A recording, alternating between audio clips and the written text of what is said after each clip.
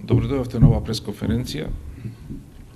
Актуелната влада ги одби предлозите на СДСМ за преземање на итни мерки за справување со енергетската криза. Нелогично, за владата е неприфатливо да обезбеди попуст од 25% за февруарските и мартовските сметки за сите граѓани кои ќе заштедат најмалку 10% потрошена струја споредено со јануари 2012 година. Најодговорно тврдиме дека на ваков начин ќе се заштедеше многу повеќе пари отколку повторно да се увезува екстремно скапа струја од странство. Дополнително, владата повторно ја заборава најзагрозената категорија на граѓани, корисниците на социјална помош, за кои СДСМ предложи во ваква енергетска криза во наредните 2 месеци целосно да биде ослободена од плаќање на сметки за струја, доколку во просек не потрошат повеќе струја од што во јануари 2012 година. Наместо да им обезбеди финансиски олеснувања за да ги стимулира граѓаните да штедат струја, властите донесе уште една неразумна и финансиски штетна одлука. Владата и ЕЛЕМ одлучија да купат скапа увозна струја и да не го вклучат ТЕЦ Неготино.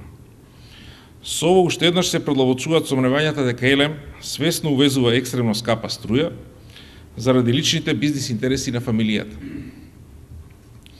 ЕЛЕМ даде објаснување дека одлучиле да увезуваат, а не да произведуваат домашна струја, бидејќи според нив увозната цена по мегават час била пониска од онаа што би се произвела во ТЕЦ Неготино. Дека ова тврдење на ЕЛЕМ е крајно неточно говорат следните факти. ЕЛЕМ ќе плати 6 милиони евра за увоз на струја во наредните 14 дена по просечна цена од 155,75 евра за мегават час. Компанијата Гени од Словенија ќе испорача 70,3% од струјата, Еспада Скопје ќе испорача 16%, ЕФТ Македонија 8,2% и Енерджи Саплај од Бугарија 5,5%. Сите 4 компании имаат цена за дневната струја од над 160 евра за мегават час.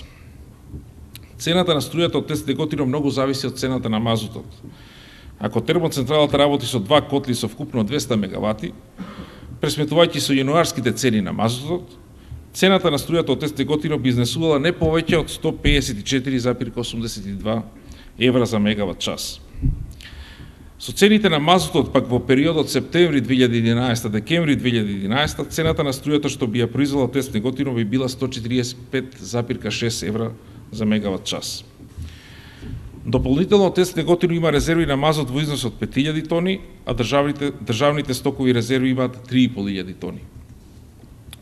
Без разлика по кои цени владата го набавила овој мазут, бидејќи домашната струја произведена во ТЕЦ Неготино секако би била поевтина од скапата увозна струја, ќе беше порационално сега да се потрошат резервите за производство на поевтина домашна струја, а подоцна да се обноват количините на мазут. Покрај пониската цена, домашната струја произведена во ТЕЦ Неготино има и други компаративни предности пред увозната струја, и тоа пред се од аспект на зголемување на сигурноста, безбедноста и стабилноста на работа на електроенергетскиот систем на Република Македонија и обезбедување на подобри напонски и струјни карактеристики на електроенергетската мрежа.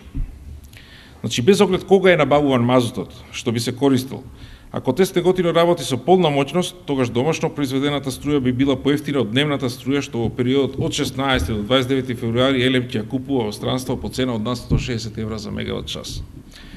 Ја прашуваме владата кој ќе понесе одговорност за оваа финансиска штета за граѓаните на Република Македонија.